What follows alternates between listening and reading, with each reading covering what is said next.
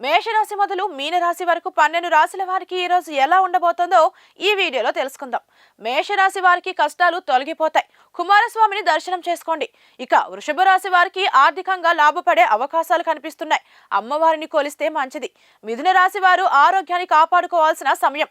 ప్రతికూల ధోరణి విడిచిపెట్టండి. కర్కాటక రాశి వారు పాజిటివ్ గా ఆలోచనలు చేస్తారు. మీ ఆలోచనలు ఫలితాలను ఇస్తాయి. ఇక సింహరాశి వాళ్ళు మానసికమైన ఆందోళనలు విడిచిపెట్టాలి. ధ్యానం చేస్తే అనుకున్న పని అవుతుంది.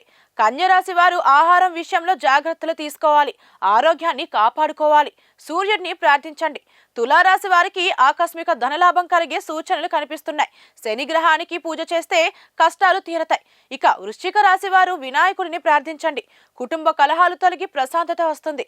ధనుసు రాశి వారికి చిన్న చిన్న పెట్టుబడులు ప్రారంభిస్తారు.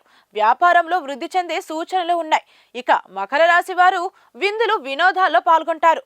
ప్రయాణాల్లో జాగ్రత్త వహించండి. కుంభరాశి వారికి అప్పుల బాధలు కష్టాలు తీరిపోయే అవకాశం కనిపిస్తోంది. లక్ష్మీదేవిని దర్శించండి. మీనరాశి వారు సూర్యుని ప్రార్థిస్తే ఆరోగ్యం బాగుంటుంది. మానసిక ఒత్తిడికి గురి కాకుండా జాగ్రత్త వహించండి.